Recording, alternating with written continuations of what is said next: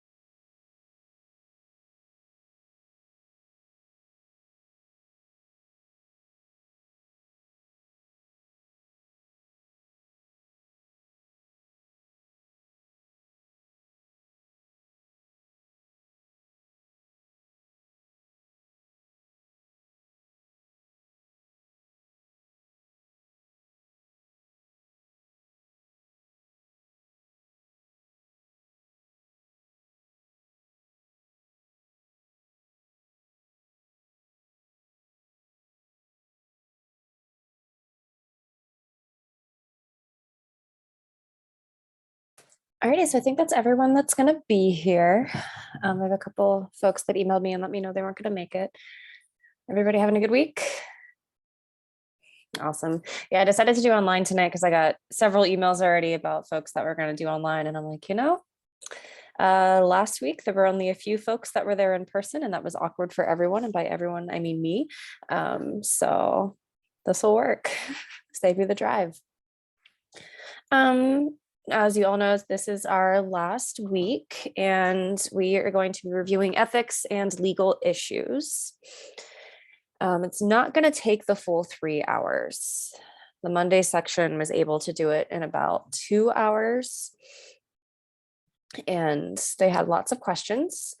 And a lot of the questions that folks asked were things that were covered a little bit later in the lecture. So the way that the lecture is set up is we'll be using the slides from the book again, since that is the information that will be on your exam. And then I'll be supplementing with some extra material from Oregon specifically, since that's presumably where most of you will be practicing. I also put up on Canvas some links to read some of the actual legislation that I'll be referencing if folks want to really nerd out. I know everybody loves doing extra reading during finals week, but that is there for people who are interested.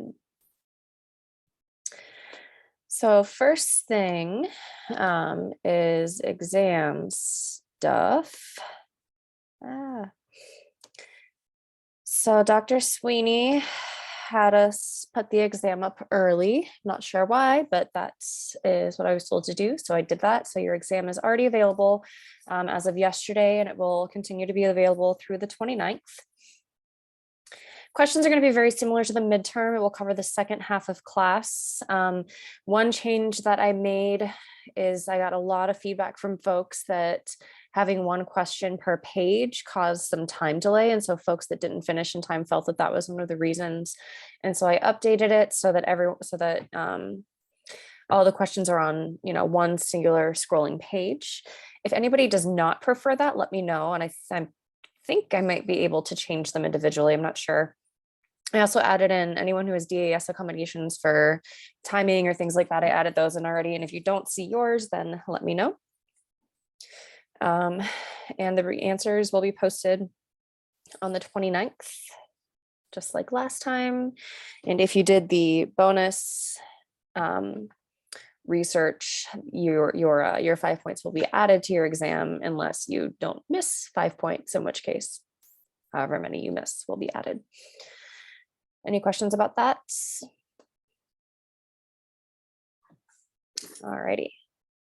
Things in the chat are happening. Thanks, Lindsay. Appreciate it.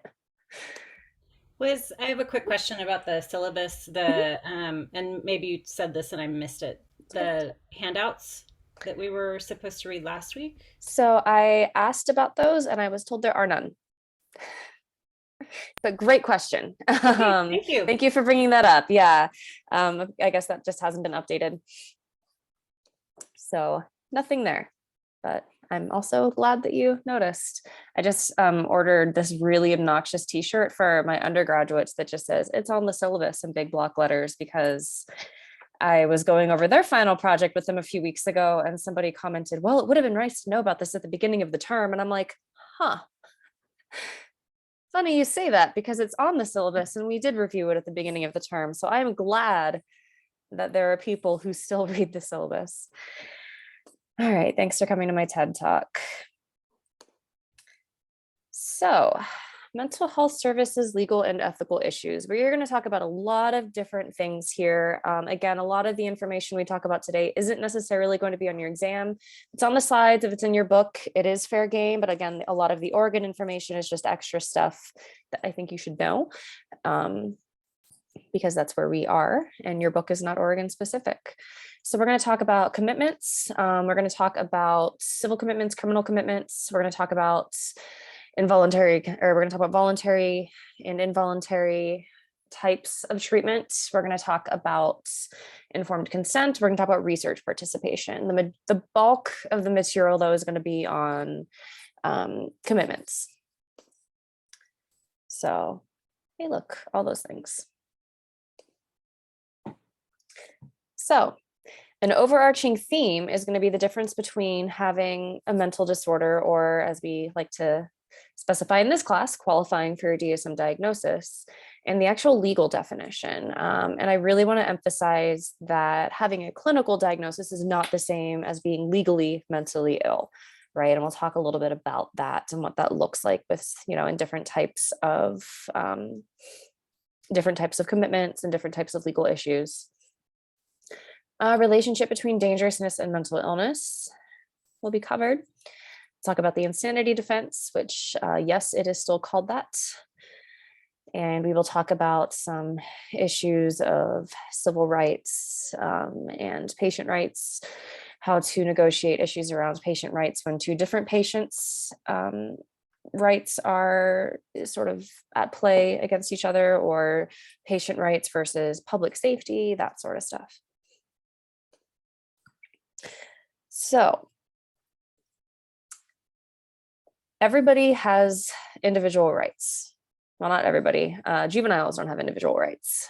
So, but adults, including people with mental illness. And that's going to include things like the right to refuse treatment, includes things like the right to not be incarcerated if one hasn't actually committed a crime, all of that kind of stuff. And so those are the things that really, really complicate mental health treatment. I know we talked about this a little bit. If anybody looked up the Fuller's Horry book on schizophrenia, he talks quite a bit about that. And we'll see that it's not that simple. There's also a lot of misconception out there, obviously. I'm sure all of you are well aware that there are beliefs in the world that people with different mental illnesses are dangerous, that they are a risk to public safety, issues around homelessness, property crime, all of those things. So the first issue that comes up is patients' own safety. And so this is where we look at issues around civil commitments. This is where a person is placed into treatment, court ordered into treatment.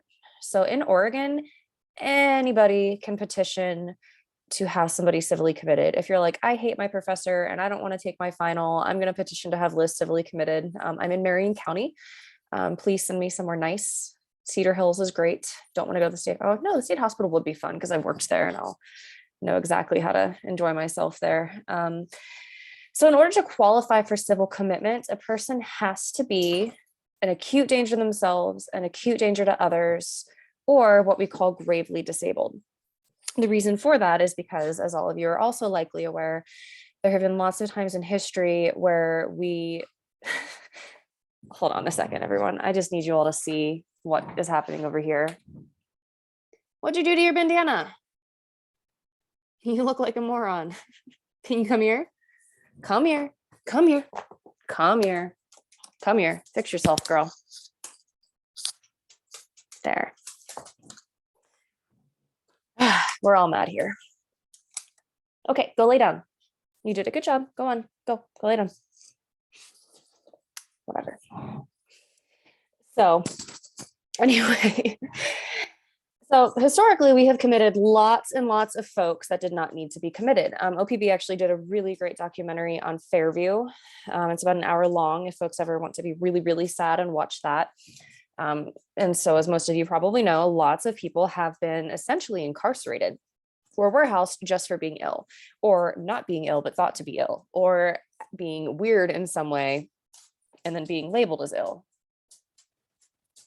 What are you doing?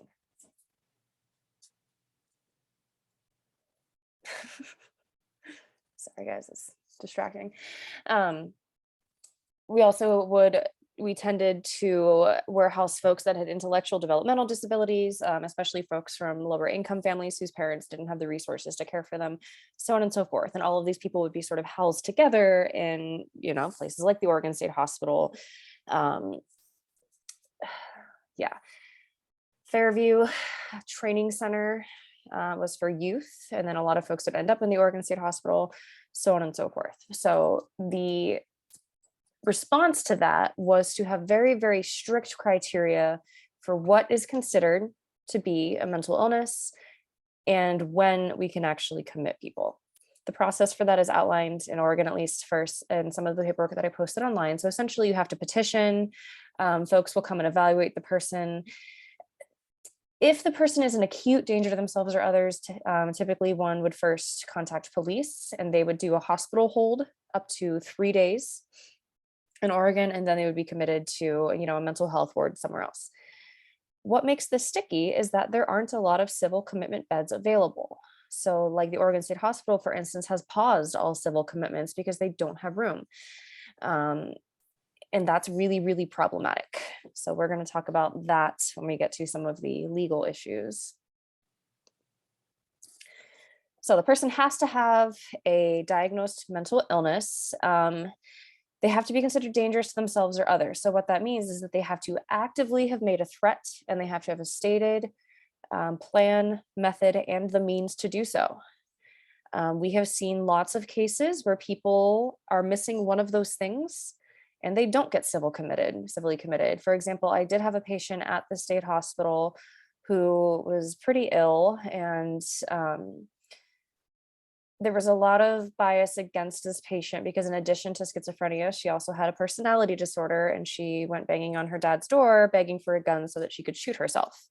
And so she had a plan, she had a method, but she did not have the means because she did not have access to a firearm. She was not civilly committed. Would she have been civilly committed if there were more community resources? Maybe. Unfortunately, she ended up committing crimes and got to the state hospital that way, which is, what we'll talk about.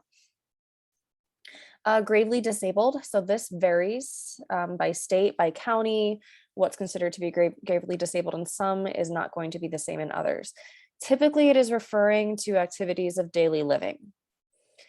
So, someone asked a question in the Monday section, if you drive down the street and you see, folks that are living outside and they're unable to care for themselves, and that, they appear to be ill, maybe they're visibly having hallucinations, that sort of thing. Why don't we consider that to be gravely disabled? And multiple reasons. First, if the person doesn't have access to the items they need to care for themselves, that is not the same as inability to care for the self. So the argument that is often made is that if this person had things like a shower or regular access to food, they would be able to, and so it's not an inability. It can also be contentious sometimes. For example, I had a patient at the state hospital, and I think I've mentioned her before, a 73-year-old lady. She lived up in Washington, and she was wandering around her house and several inches of septic waste on the floor because had been a flood. And the family could not get guardianship in Washington because she was still living independently, even though she was in very unsafe conditions. She was still feeding herself. Um, she was still bathing herself. She would go to the store and get items. The fact that the family had a trust account linked to the store so that she didn't have to actually worry about figuring out how to pay for the items didn't seem to make a difference, so on and so forth. She ended up at the state hospital because I think I had talked about her when we talked about neurocognitive disorders. She repeatedly came down to Oregon. She would take the bus into town and then take the train to Portland and take the bus to the home that she had grown up in, that her parents had lived in, and would try to break in because she believed that they were still alive and that the family still lived there. And that is how she ended up in the hospital, which could have probably been prevented had she been civilly committed instead. So there's a lot of balance that has to be done between taking away a person's rights by essentially locking them up with, their own safety, and knowing when it's important to figure out, is it okay to take away this person's rights, or do we need to wait until they commit a crime or potentially hurt someone or get injured themselves, that kind of thing. And that is really the sad reality of it. The other issue that often comes up with civil commitment is that people have the right to refuse treatment. So you can have someone civilly committed because they meet those criteria, but whether or not they receive involuntary medication is a whole other issue. People have to be able to give informed consent. If they are not able to give informed consent, it doesn't mean that they automatically get medication. The only time, at least in Oregon, that we forcefully medicate people, the first time would be if they have actively injured someone else or themselves, and it is clearly linked to their mental illness, and then they still have to go through a court process to get involuntary medication. The second time would be for the purpose of being able to aid and assist in their own defense, which we will also talk about a little bit later. Any questions about danger to self, others, or grave disability? Alrighty. Am I talking too quickly? All right, cool. Governmental authority over civil commitment. So oftentimes, very sadly, the police do end up being the kind of gatekeeper for this. Again, if somebody is acutely a danger, the only way to get them immediate help is by calling the police. This becomes, again, an issue around rights.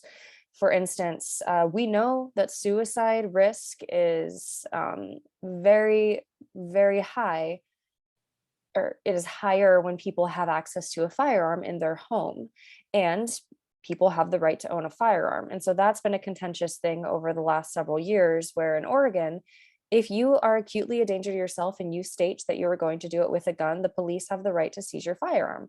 Obviously, that's a problem for folks who want to kind of weigh, the right to own firearms, against the right to safety. This can also be an issue if there are concerns that somebody's going to commit a shooting. We can't take away people's firearms because we think that they're going to commit a crime, unless we have clear evidence that they are planning to commit a crime. There's a difference there, right? So if I have some super angry teenager that's like, has posters of Hitler all over his wall, and he like writes manifestos on Tumblr, and I know that he's slowly building an arsenal, I need to have an actual plan before, I need him to have an actual plan before anything can really be done about that.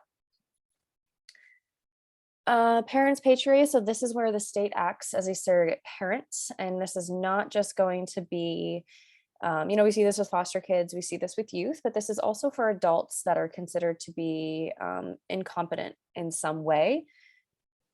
And so as soon as the patient is civilly committed, the state acts as their surrogate parent, or in Oregon, we call it being a guardian, only while they are civilly committed. If it is determined that that person needs guardianship moving forward, then there's a separate process to apply for guardianship for that person. Most of the time it's going to be a family member, but there are public guardians. Public guardians are they're publicly funded, but they are through agencies. And these are folks whose entire job it is to provide guardianship. They're very, very good at it. They know all the laws, they know all the rules, they work really closely with patients. Yeah, and then the job of the guardian is to provide informed consent for things like treatment, placement in residential care, all of those things. The other thing that can happen with civil commitment is it doesn't just have to be to an institution like the state hospital. It doesn't just have to be this sort of pseudo, incarceration type of thing. We have 7 levels of care for mental health care in the United States. The highest level of care is going to be something like the state hospital.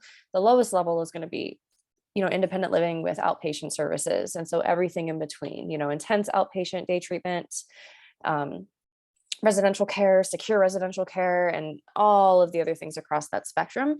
So when a person is civilly committed, oftentimes they may start in a place like the state hospital because, again, they have to be acutely dangerous themselves or others or gravely disabled, but they can also be civilly committed to a lower level of care. And typically after their hospitalization is done, they are discharged to a lower level of care within that continuum to ensure that they don't end up, back in the same position. So what happens again? Somebody has to file a petition on behalf of that person. It goes to court. There's going to be proceedings, and the judge is the one who automatically, or who has the authority to make the ultimate decision. And if they choose not to commit the person again, they can instead order them to lower levels of care for treatment.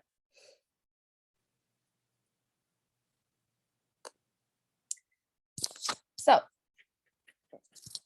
whether or not we consider things to be mental illness legally, you can take a look at how Oregon defines it. Again, it's not going to be on your exam.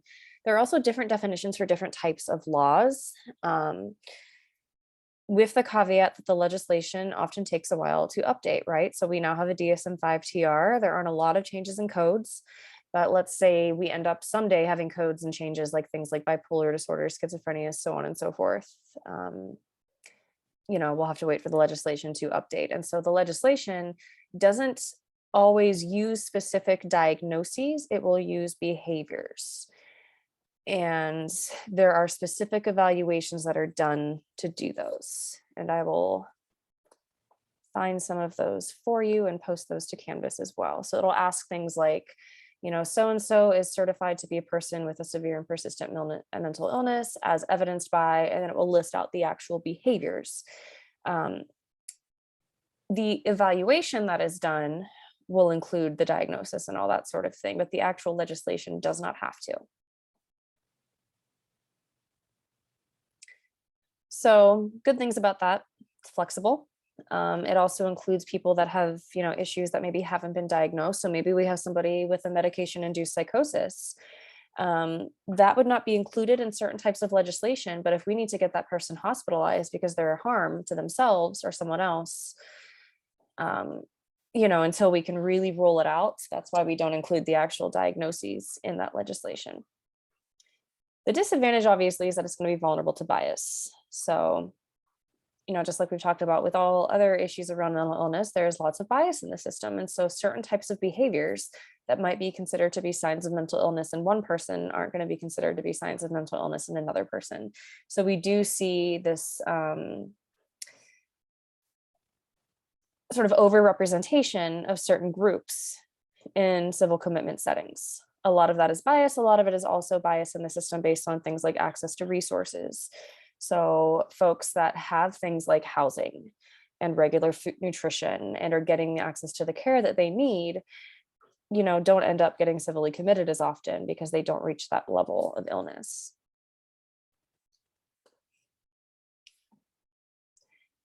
So we know statistically that people with mental illness are far more likely to be victimized than they are to be violent. And, there is some reality to this idea of dangerousness. The risk is only slightly elevated compared to the general population. We also know that a lot of that misconception comes from media portrayals, right? So like, I have never met a person with dissociative identity disorder that acts like the guy from Split. It's not really a thing. The level of, it's just not a thing.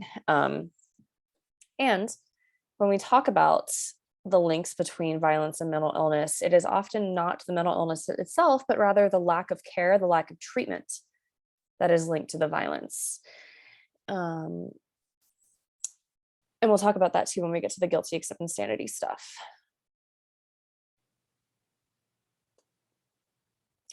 So there are lots and lots of assessment tools.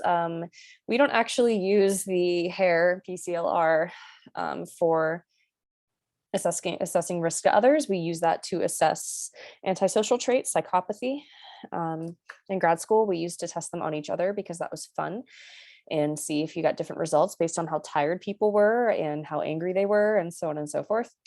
So those are, that particular screener is used more often in probation parole type situations where they are measuring a person's overall level of risk.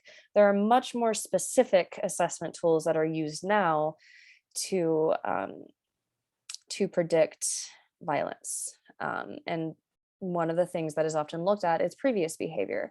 So for instance, if a person is civilly committed, they're not just civilly committed forever, right? It is being continuously reassessed. At the state hospital and in Oregon, it starts off at 30 days. And then after that, it's every 6 months. And we ask questions like, has this person made any threats of violence? Has this person actually engaged in any violence? Has this person engaged in any self-harm? Was the self-harm suicidal, or was it non-suicidal, self-injurious behavior, those sorts of things. We also use some specific forensic assessment tools like a START, which stands for, I don't remember. Let's find out.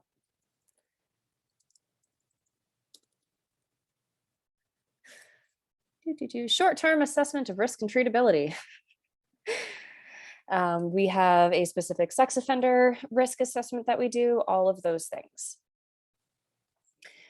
Most of those are used again to assess previous behavior, and they're asking questions like, does the person have any pro-social supports?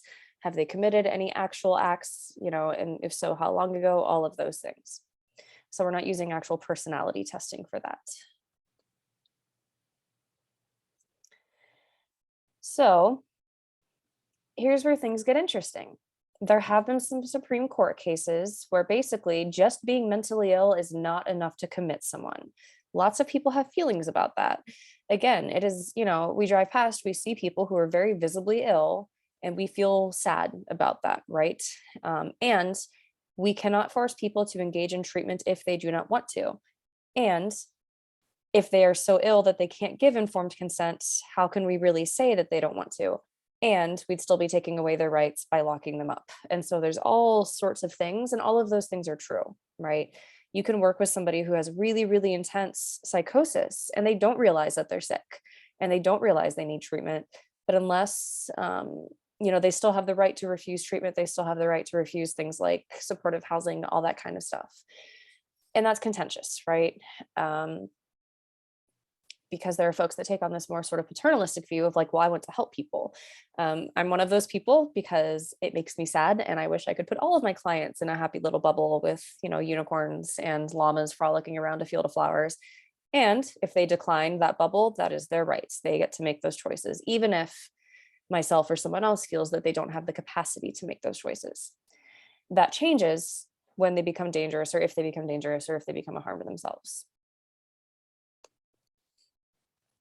So what does that end up looking like? So we know for a really long time, again, people were warehoused in extremely awful, unsafe conditions where they weren't actually getting good treatment. And so we had this huge shift toward deinstitutionalization. Deinstitutionalization started to become prevalent in the 70s and 80s, became extremely prevalent during the Reagan era because we defunded all of those institutions. But in addition to defunding all those institutions, we also defunded community mental health. The idea of deinstitutionalization was to get people out of institutions and get them into other types of programs like residential treatment, secure residential treatment, inpatient, not inpatient, intensive outpatient, regular outpatient, community mental health, all of those other settings where most of you will probably end up working.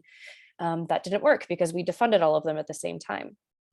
The result of that is lots and lots of folks with mental illness end up incarcerated because when you have nowhere to go And when you are, low income and hungry and sleeping outside, you are probably going to commit some sort of crime to get your needs met, right?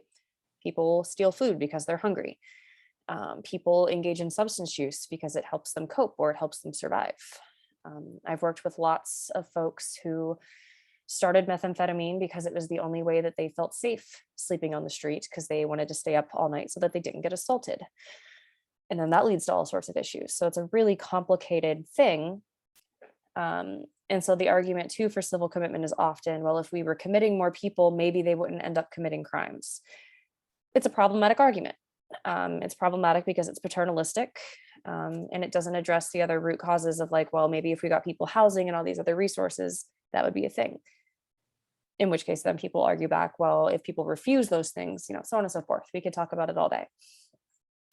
We do see, though, this huge, huge, huge shift of folks being hospitalized or incarcerated due to not getting the treatment that they need. There's also been a lot of backlash from families. So in the instance of my female patient that did the gun thing, her family was livid that she could not get civilly committed when that happened. And it took her, continuing to use and picking up some misdemeanor charges to get it hospitalized based on that, which again, we'll talk about here in a minute, before she could get the help that she needed. So super problematic. And, we do have people who are disinclined to get help for various reasons. Maybe they've been traumatized by the system. Maybe they have really, really bad side effects of medication, some of the things we talked about last week. All of those things.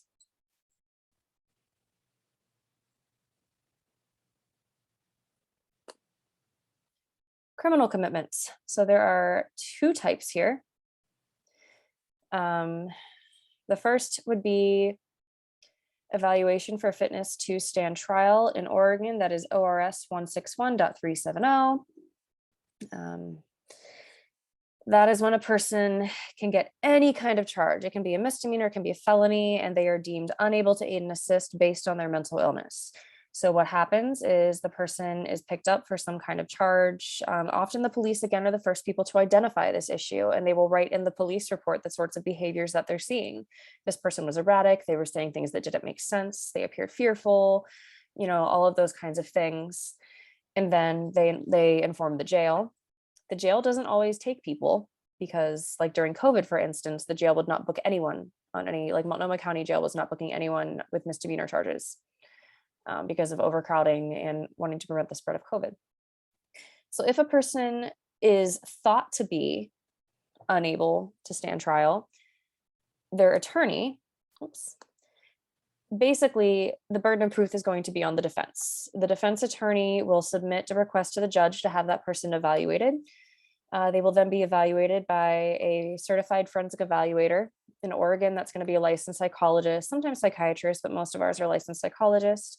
They're going to do a full psychosocial history. They're going to do a diagnostic workup, and then they're going to do some legal skills questions. They're going to ask the person things about their attorney, about the judge, what is the role of the prosecutor, what are your plea options, all of those things. A person who doesn't have good legal skills, maybe because they're not educated, is not going to qualify for unable to aid and assist unless it's due to their mental illness. So if the person says, if they're so disorganized that they can't, recite back their legal skills, or if they have some sort of, paranoid delusions about their attorney or about the judge or about the evidence against them. I didn't do it. It was, this, or that, or, whatever. I'm being framed by the police, like all of those sort of paranoia type things that you might show up with something like schizophrenia. That person is then going to be evaluated for dangerousness. If they are considered to not to be dangerous, they undergo what's called community restoration, which is where they get their treatment in the community, including their legal skills training, and then they are reevaluated within 90 days to see if they are still unfit for trial. If they are still unfit for trial, they are reevaluated every 180 days, every 6 months. If they are considered either dangerous or unable to be restored in the community, let's say they try to do community restoration, the person doesn't come to their appointments, or they continue to, hold beliefs around, their charges, things like that, that are, verifiably false, delusional, then they can be, the community restoration can be revoked. They are sent to the state hospital. This leads to other issues. So in some states, there were issues where people were then being held indefinitely on charges that were never, they were never actually convicted for. In Oregon, the maximum amount of time we have to restore people to trial competency for a misdemeanor is 1 year. For a felony is 3 years.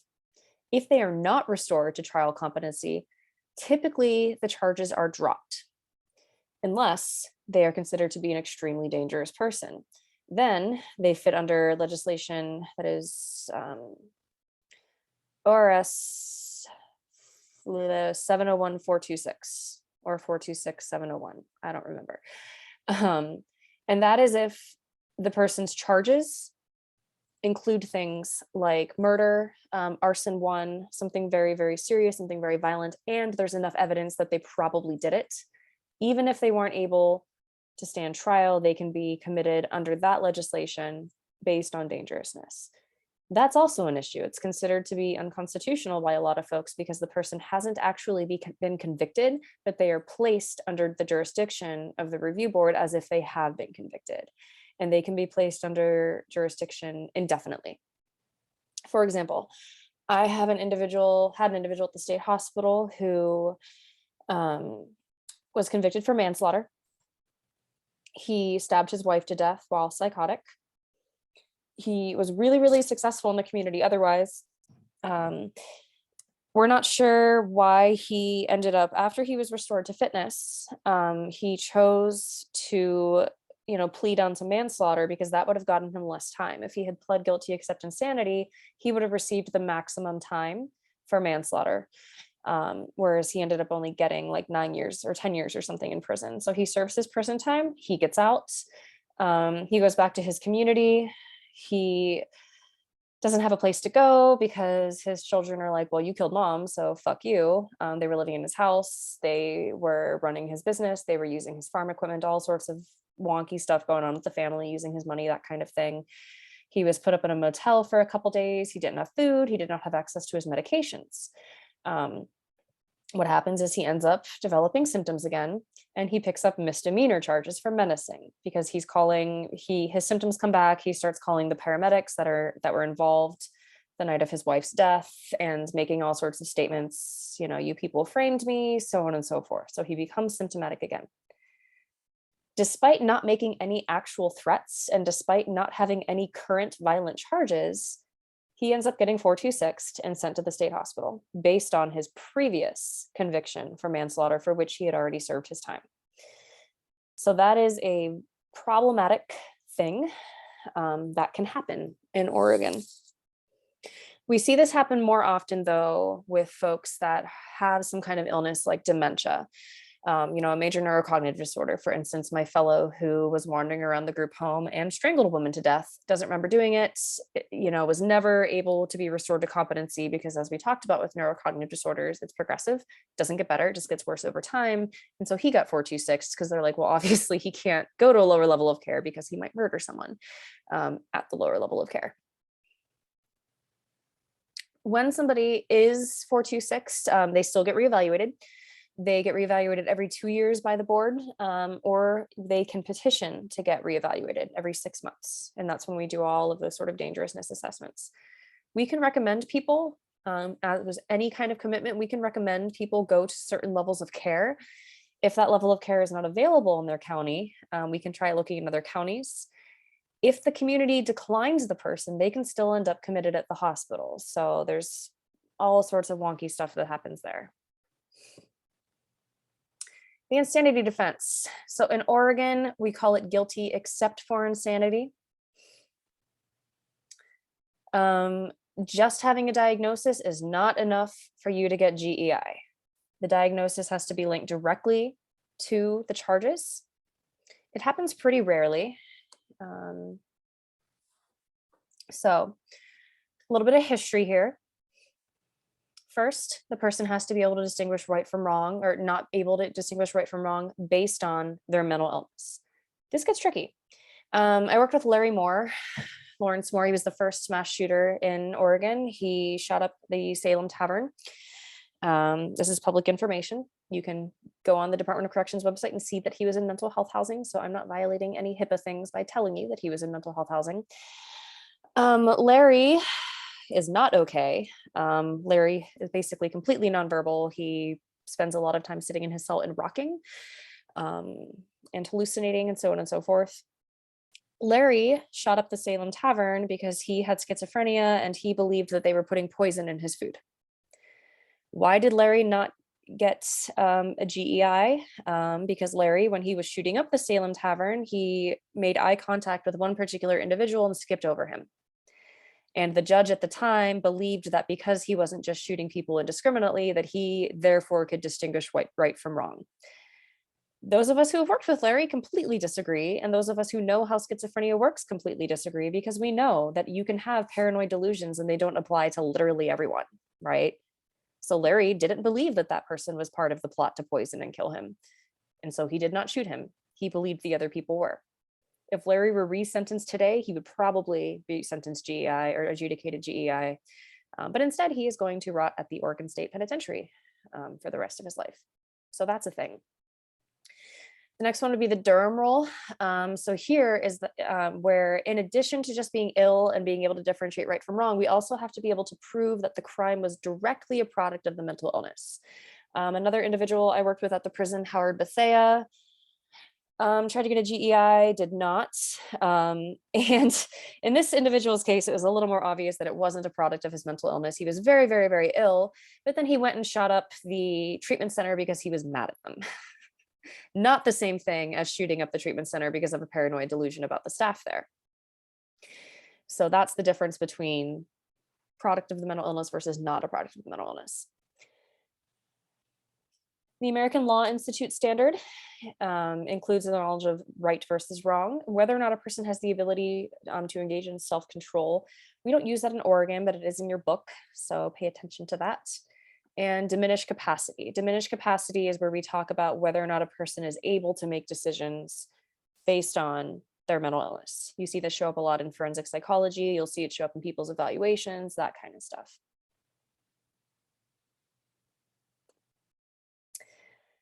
So, issues around the insanity defense. Does everyone know who John Hinckley Jr. is? Does anybody not know who John Hinckley Jr. is? I can only see one person on Zoom. So if anybody doesn't know, put it in the chat or speak up. This is Kate. I don't know. Okay. So John Hinckley Jr. Attempted to assassinate Ronald Reagan. He was found guilty except for insanity. Super famous case. It was a big problem because, you know, Reagan was a really, really popular president and people had really strong feelings about it. And so when John Hinckley Jr. was up for review a couple of years ago, just a few years ago, I don't remember when, because time isn't real and COVID happened and I don't know what day or year it is right now. But sometime within the last 5 years, John Hinckley Jr. was up for evaluation for potential community release. And people freaked out, right? How could we release this man? He's so dangerous, you know, so on and so forth. But the truth of the matter is, even if it's a really high profile case, if somebody is guilty except insanity, as soon as they are no longer dangerous because of their treatment, they can go and live in the community. They're going to be monitored, right?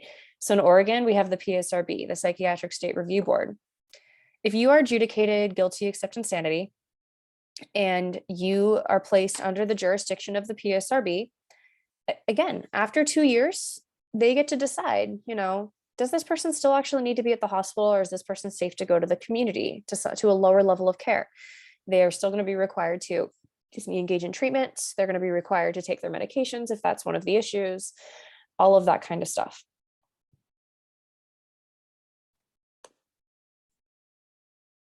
So realistically, this is not used very often. If you work at a setting like the prison or the state hospital, you're going to see it all the time because that's where those people go. But in the community, you will not be seeing this very, very often. And if you do end up with clients that, you know, again, it's very, very rare, but if you do end up with clients that do commit some sort of act, documentation can be used as part of their assessment. So when a person is assessed for the guilty except insanity adjudication in Oregon, they're going to look at their whole mental health history. They're going to look at all of their documentation. They're going to look at all of their behavior that's documented, all of that kind of stuff. So guilty but mentally ill allows for treatment and punishment. What this looks like in Oregon is people can be under dual jurisdiction.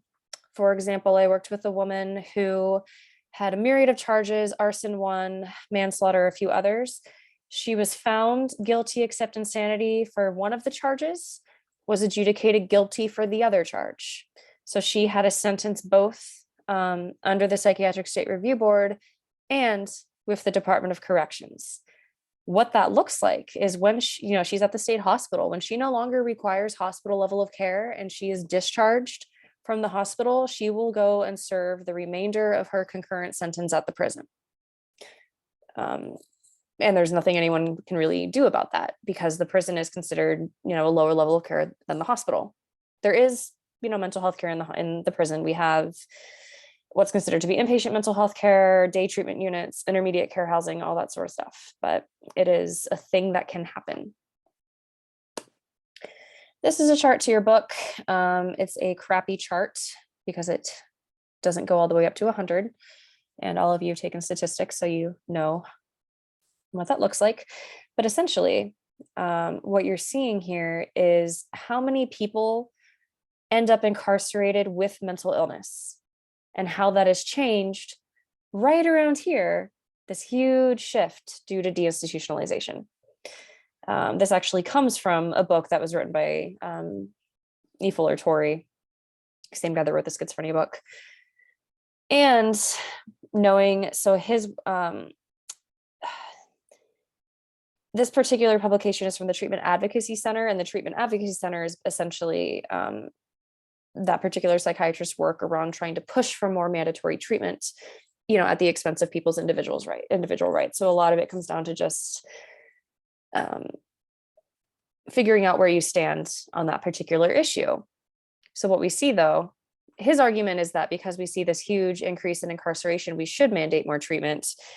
And we know if, there's all sorts of stuff there. If people were housed, if people were fed, so on and so forth, but we don't have the resources to do that in our current system. And so this is what we are currently living with.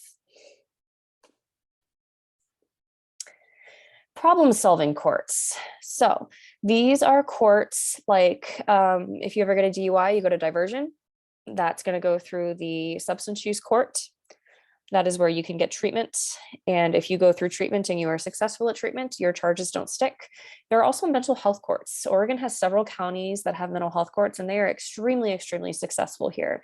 A person can be given a mental health parole or probation officer instead of a regular parole or probation officer. In most counties, that has to be somebody that is a master's level clinician. So that's a job that all of you could do when you graduate. And that person will do things like in addition to their regular parole probation-y stuff, they will do things like treatment with the person. They will do therapy with the person. They have access to, bed spaces that other people don't always have. They can mandate treatment, like medication use, all that sort of stuff. It's not a great system. Again, it's very punitive. Take your meds or go to jail for the weekend, right? Not ideal, but it does exist, and it has been shown to be effective at reducing incarceration for folks with mental illness in Oregon. It's also been shown to be effective at reducing homelessness among that population because there's that extra sort of accountability piece. So let's go back a little here to competence to stand trial. So again, it's ORS 161370. That is the actual legislation is on Canvas. Person has to understand the charges against them. They have to be able to assist in their own defense. So that means that they have to be willing and able to work with their attorney. They have to be able to understand the court system, all that kind of stuff. So person gets committed under ORS 161370. We know we have, again, up to a year for misdemeanors, up to 3 years for felonies. During that time, while they are considered unfit or trial incompetent, they don't get to make decisions about their case. That gets iffy. Because let's say the person refuses to work with their attorney. Maybe they have really valid reasons for not wanting to work with their attorney, but because they are currently trial incompetent, they don't get to make decisions like changing attorneys until they're found to be trial competent. So if you have an evaluator who interprets their refusal to work with their attorney as part of, say, their delusional framework, as opposed to they just don't get along, that can become an issue.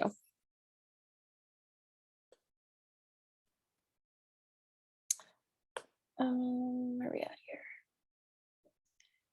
We talked about GEI already. Okay.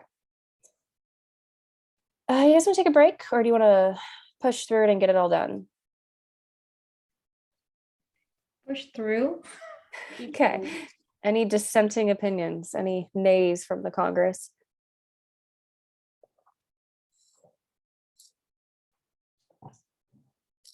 Can we talk about how ridiculous this dog is? Like, why? Why is your head not on the pillow? All right, so we will finish up here. Duty to warn. This was part of the homework. So this is where people haven't committed a crime, but we feel they're going to, and so we're going to break confidentiality. Have folks heard of the Tarasoff rule? So the Tarasoff case, there was a fellow at University of California. He indicated to his therapist that he was going to murder his girlfriend because of confidentiality. The therapist essentially couldn't do anything. And so he goes and murders his girlfriend. The family sues the school. And as a result of that precedent, now, if you feel that there's a clear and imminent danger, you are allowed to break confidentiality. Difference between duty to warn and duty to protect. Duty to warn is much more specific. Duty to protect is less specific. Duty to protect is issues around protecting the public. This is if you have, that kid that you think is going to commit a mass shooting, but there's not a specific victim. Duty to warn is if there's a specific victim, again, plan, means, method, etc. That can get really, really sticky, and it can feel really, really bad, right? So if you have a client that you think is going to commit some kind of violent act, in Oregon, we are considered permissive, meaning that you are allowed, but not required, but allowed to report potential crimes. You're a mandatory reporter with child abuse, elder abuse, disability abuse. You are not a mandatory reporter in Oregon if you believe a person is going to commit a crime. Should you? Probably, because that could change. It doesn't protect you necessarily from civil liability. It can, if a person, we're a duty to warn state. So if a person has a very, very specific name of victim, plan, means, method, etc., you should, because it is also part of your licensing ethical standards, which I also posted on Canvas. So keep in mind that your national licensing standards might not be the same as the state that you're working in.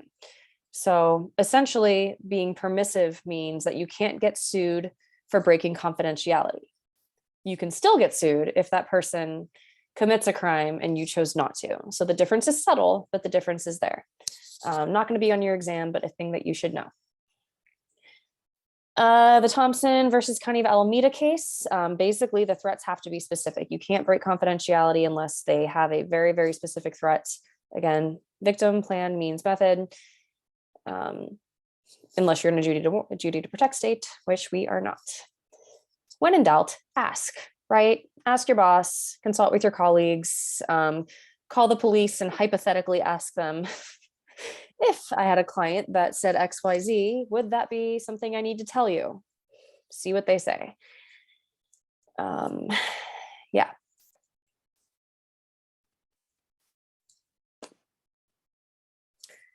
Being an expert witness. This is not nearly as interesting or dramatic as it is on TV. I wish it were. I have testified, although I wouldn't even call it that, and probably 100 cases over the last few years. Really, what this looks like, unless it's a really, really high profile case, the majority of the time, all you are doing is you're going to sit there in front of a judge and you are going to read off what you already wrote, right? So you're going to be doing assessments with folks. In Oregon, if you work for county mental health, you might be the county mental health provider, CMHP, and you're going to be assessing if that person is able to do community restoration or not, if they're unfit for trial. You're going to be assessing the person for a level of care placement, if they're being discharged from commitment, all of those things. You might be the person who's assessing them for civil commitment. You're going to be using specific assessment measures that the county provides and that the court provides. So you're not going to have to make these things up yourself. You're going to add all the different evidence, right? You're going to say, on such and such a date, so-and-so said this to, my therapist, Nicole, or so-and-so said this to social worker Liz, or so-and-so said this to Dr. Smith, or whatever.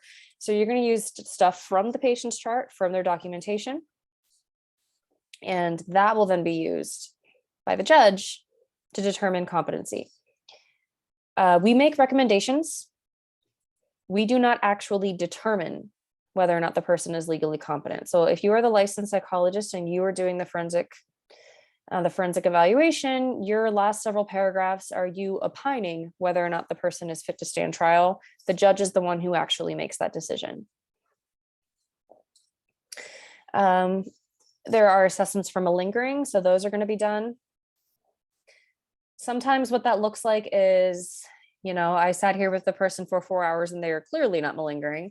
But when we're looking at more serious cases like murder charges, things like that, there are going to be some specific measurement tools that are used for malingering that you will learn if you decide to get a doctorate and or become a forensic evaluator.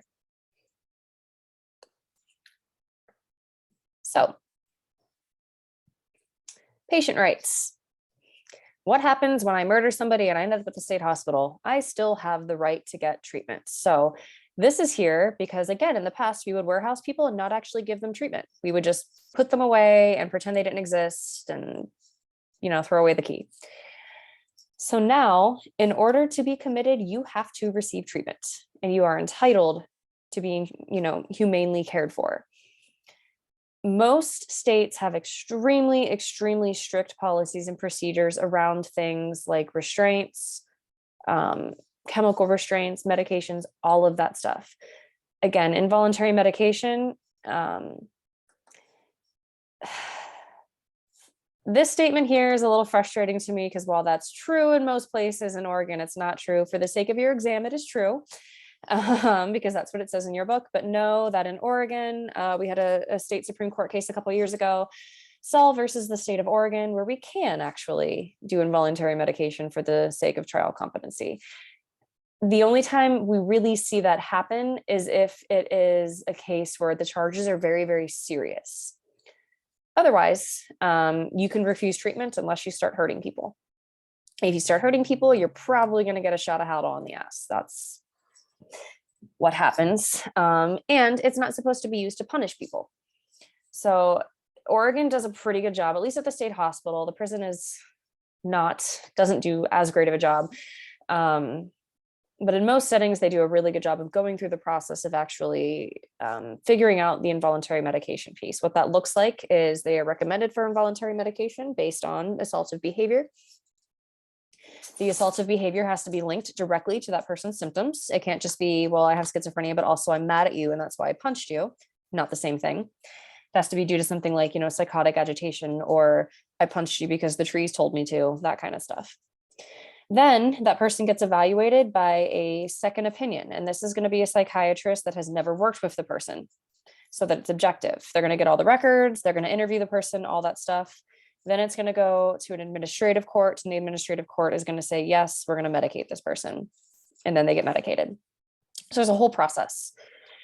Emergency medications can sometimes be granted, but those are only good for 72 hours. So if you get sent in and you are flailing all over the place and stabbing people, you might get emergency meds, but they have to get you into the court within 72 hours to continue those medications because you have the right to refuse treatment. The right to the least restrictive alternative. So this is that level of care issue. Oregon has had a lot of problems with this. We are currently facing several lawsuits from the Department of Justice for a few reasons. First of all, we have lots and lots of people languishing in jail who were adjudicated guilty except insanity and weren't sent to treatment. The reason they weren't sent to treatment is because there are too many people at the state hospital. The reason there are too many people at the state hospital is because we have lots of folks that are unable to stand trial, who aren't dangerous, but they have nowhere to go. So in order for them to get into community restoration, the county has to have a place to put them. They have to house them. They have to get them treatment. If they don't, they're stuck at the state hospital. So there's this backlog, this bed issue. Those people's rights are being violated. So every 30 days, when I assess a patient and determine, are they still considered dangerous to self or others, and we say no, and we recommend that they be discharged from the hospital, there's a whole legal process. That legal process is outlined in the legislation that I posted. They have to be seen, they have to be evaluated by the county within 5 days. They have to then have a judge make a determination within 7 days. Courts are backed up. What does that look like? If there isn't a place for them to go, even if we evaluate them and say that they don't need to be in that restrictive of a setting, the judge can say, too bad, we don't have anywhere else for them. And so their rights are being violated by being stuck behind a locked door, so on and so forth, because there's nowhere else to put them. So that's a whole issue. We also see that at the prison,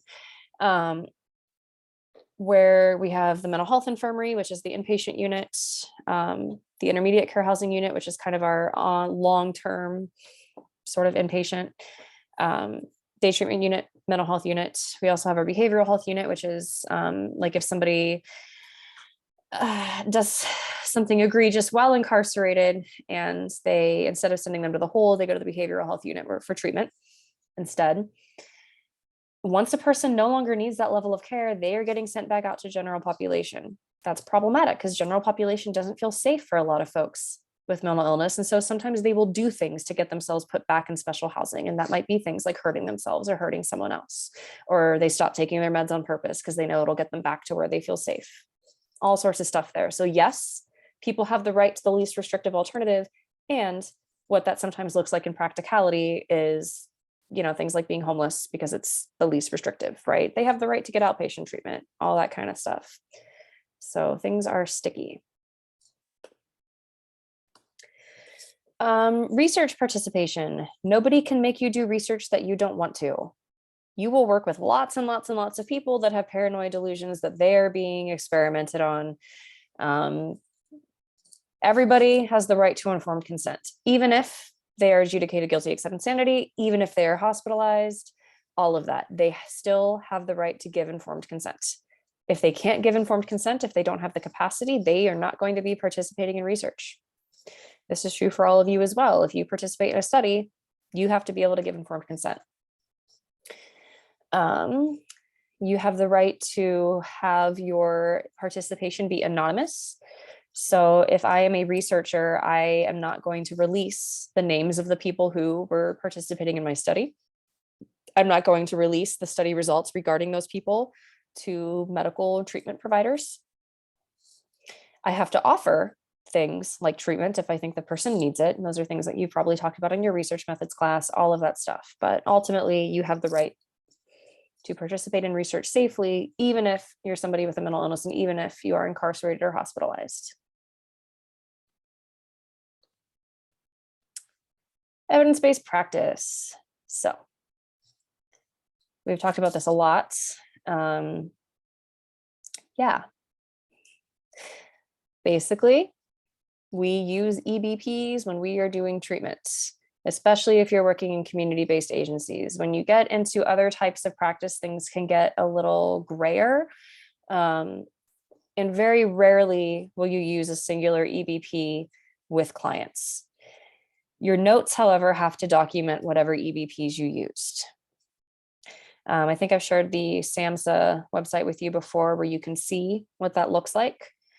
The reason for this, it's not meant to be restrictive. It can end up being restrictive, but the reason for it is because there was a long time where people would get treatment that didn't actually work, or they would get treatment that was experimental, right? So, we'd put people in a hospital and we would do things like give them, induce an insulin induced coma, things like that, that weren't actually effective, or they would get a lobotomy or some other stuff, things that didn't actually treat what they were dealing with. And so that is why we have these standards of care.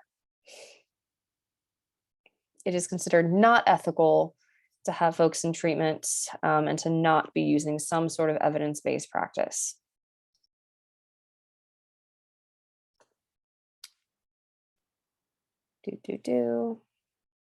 Any questions about any of that?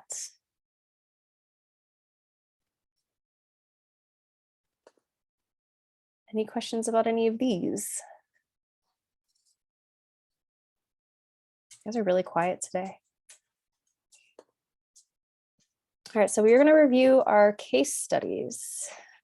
So I got at least 2 emails from people who thought that they didn't have to do case studies today, and I really want to know where that came from. You're not in trouble. I'm just fascinated. Does anyone want to tell me? Yeah, this is Kate. So actually, I think a friend of mine, so she took a class, and pretty much the idea was that the last studies, it's for extra points. So it's optional. At least that was in her class. So it's like 4 points. Is that a current class? Yeah, it was, well, not right now, but I think like a couple terms ago, last term or something. Okay. Was it with Dr. Sweeney? Yep. Interesting. All right. Well, I will ask him, but as we know, when I make decisions that I don't, that I shouldn't make, although to be fair, in my defense, the exam, so on Canvas, when it imports, it says no time limit. So I had to actually add the time limit. So that was a miscommunication. I still should have asked, like it was on me to have asked and clarified. But yeah, I'm glad. Please tell me you did the homework. And if not, you have until, midnight tonight to turn it in. Let's see here. So Christopher, what did folks think about Christopher?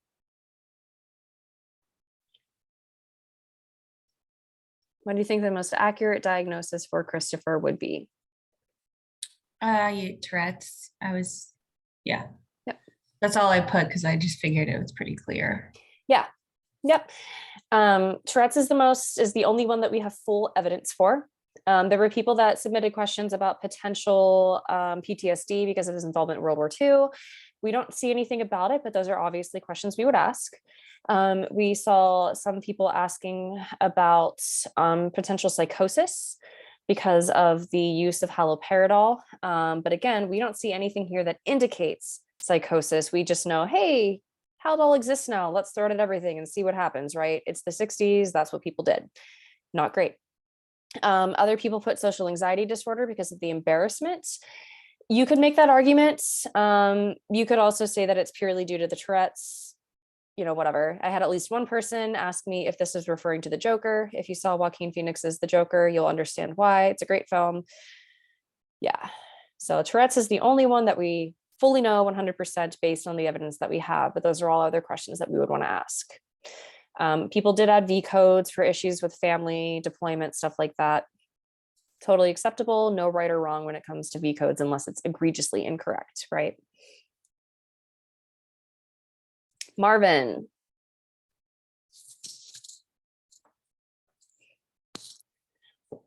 What did folks think about Marvin? I did I did adjustment disorder with anxiety because I felt like that was the most accurate for what we know and for the duration of his symptoms. Okay. We my friend and I talked a little bit about if it could be illness. The other one, I can't remember the full. Yeah. Illness anxiety disorder? Yeah, illness anxiety disorder, but I just don't think it's been long enough for us to make that. I wouldn't feel good about putting that diagnosis until a little bit more time. Yeah. So both answers were acceptable. The adjustment disorder issue is a little more general, but we do see that there are other issues developing, right? Issues with just general life stuff, the career stuff, all of those things. Illness anxiety disorder would also be acceptable because we know that he has HIV. His HIV, his viral load has not developed into AIDS. And so these beliefs that he starts experiencing around, all of these things that aren't related to just having HIV could be conceptualized as illness anxiety disorder. People ask some good questions here. Note that it doesn't say the year. It would be interesting to know the year, because if this was, let's say 1992, where we didn't have great information about AIDS, or we didn't have good medication that prevents people with HIV from developing AIDS, it would make sense. These concerns would be considered to be normal. Whereas now, in 2022, these concerns would be considered to be sort of disproportional. Assuming, again, he continues to have those concerns for the full 3 months and his viral load stays where it is. So all that kind of stuff. This is the piece here. It's like, okay, cognitively he knows this, and he's still having these beliefs. So you could make any of those, you could make either of those. Did anyone add anything else? Yeah, at first I thought somatic. Okay. Because like he was feeling those things, but that's why I was like, maybe illness, anxiety, but I don't know. But wouldn't you not feel symptoms if you had illness, anxiety disorder? That's kind of what made me think maybe not. Well, the symptoms he had, the only symptoms he reports actually experiencing are the fatigue, sore throat, headaches. Those can be. So they said that, okay, yeah, that ended up, he does actually have those. Those are due to the allergies. And we know, that HIV can produce flu-like symptoms. He has intrusive thoughts about these other things. So he's not actually feeling things like disfigurement, protracted illness, that kind of stuff. He's having thoughts about them, but he's not actually feeling them. And, I can see totally where you're going. So, you still get points. But he doesn't, I would say that he probably doesn't meet criteria for somatic symptom disorder, because he does actually experience the fatigue, sore throat, headaches. They're just not due. Yeah, they're just not due to AIDS. They are due to his allergies. Oh, right. Mm-hmm. I think I put something that was a little bit less severe than adjustment disorder. The other, I don't know if it's called other specified or other whatever. It doesn't meet the full criteria, because I just didn't feel like his symptoms yet they weren't severe enough. He wasn't missing work. He wasn't having relationship issues. He was on his way to that probably, but he wasn't there yet. And so I went with a little bit less severe. Plus I felt like it would be stressful to have that diagnosis. Oh, That's absolutely. reasonable, like we just said, and even with meds. Yep. So. Yep. Yeah, it's an absolutely reasonable thing to experience, right? For all of those reasons. So, but for the sake of treatment, and for the sake of like, what am I helping this person with? Either of those would work. And same thing, the adjustment disorder piece, it really depends on the amount of time. If people are feeling that way, someone remind me, what is the cutoff for adjustment disorder? Oh, wait, we can go look on our slides. Hey, because I don't have these memorized. Within 3 months. So he just meets the cutoff. Right. Right. And so that's kind of where you can make the argument. And again, because this is a lifelong illness, maybe it's reasonable to continue to be stressed about it.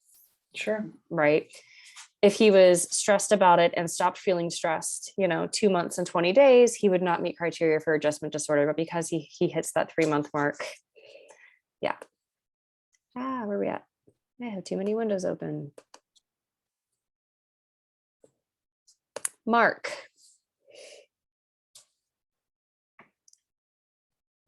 was pretty simple here, and then people did add lots of V codes. So what did you diagnose Mark with?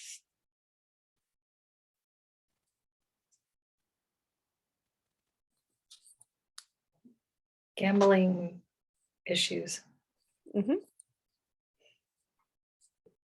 And then V codes. Yeah. Gambling disorder. Did anybody diagnose Mark with anything other than gambling? I did have a few folks ask questions, roll-out questions about antisocial personality disorder, and some folks ask questions about potential manic episodes. We don't see other evidence for either of those, but those are definitely things we would want to roll out. A few folks were curious also about this piece down here and whether or not he was having some anxiety, but he does state that the reason he's getting up and moving is because of this, this physical problem. And last but not least, Randy. Randy's kind of all over the place.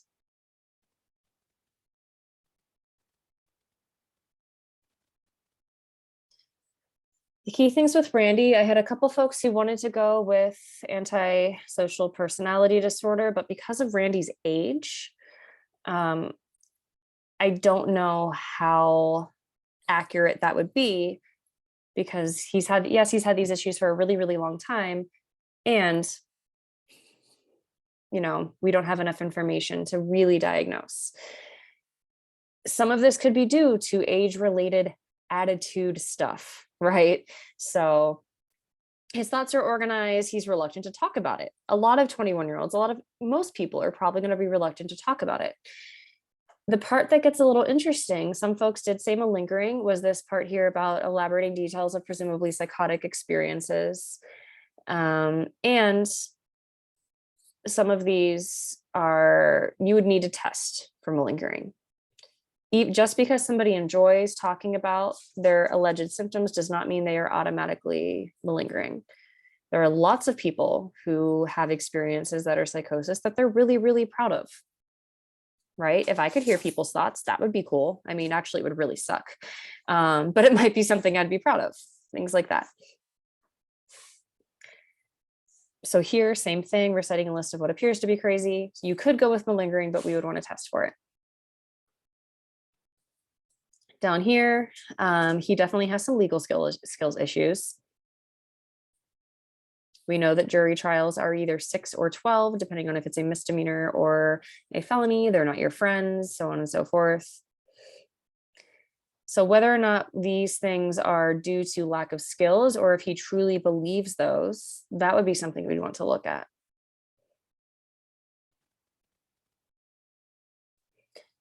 So what did folks end up deciding on for Randy?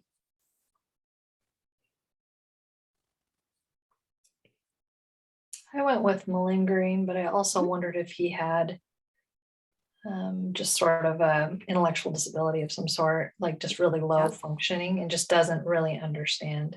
Yeah. And we see that happen a lot. We see it especially happen a lot in cultures where people speak a little bit more confidently. So if Randy is Black, as opposed to if Randy is white, we might perceive how he talks about these things very, very differently. I had an issue this week with a colleague where she reported to me that my client was bragging about his past drug use issues. And I'm like, is he bragging, or is he, trying to make you realize just how extensive his issues were? But the way that he talks about it, the tone he uses culturally, that's just how he talks. And so the way he was perceived there was very, very different. So those are all things we want to look at. You could give me lots of different answers here. Malingering is an acceptable answer because there's lots of stuff that indicates malingering. Yeah, lots of V codes here. Any other questions about Randy? Thoughts about Randy?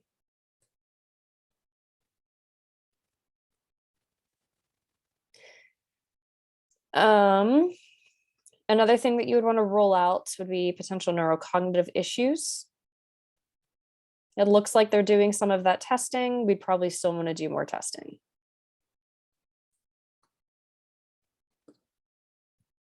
All right, so I see in the chat the thing about the case studies. I will get a hold of Dr. Sweeney and ask him and make sure. If that is the case, what I'll do is I'll just drop one of them. He did not tell me that though, and I just talked to him earlier this week, so we will see. You guys also had bonus. You guys also had bonus that his class didn't get, so please don't snitch and get me in trouble. I have a question. Sorry. You're fine. I didn't notice, and maybe you did, but I didn't notice on my grade for the midterm that those points were added. And I was just wondering if that had been added yet and I didn't notice, or if you talked about that and I missed it. So I did go through and I manually added them to all of them because there's not a way on Canvas to do it for everyone. If I did not add them to yours, then email me and let me know. Okay, awesome. Thanks. Yep. Any other thoughts, questions, concerns, end of class, life stuff? The duty to warn and protect, I think I emailed you about it, but I wasn't sure, how do we I forgot how you asked for that. Oh, that's okay. Yeah. Yep. Emailed it. And yeah, you'll have 5 points added to your final exam for it. Cool. Anything else? Final exam is timed like the midterm. Yep. Okay.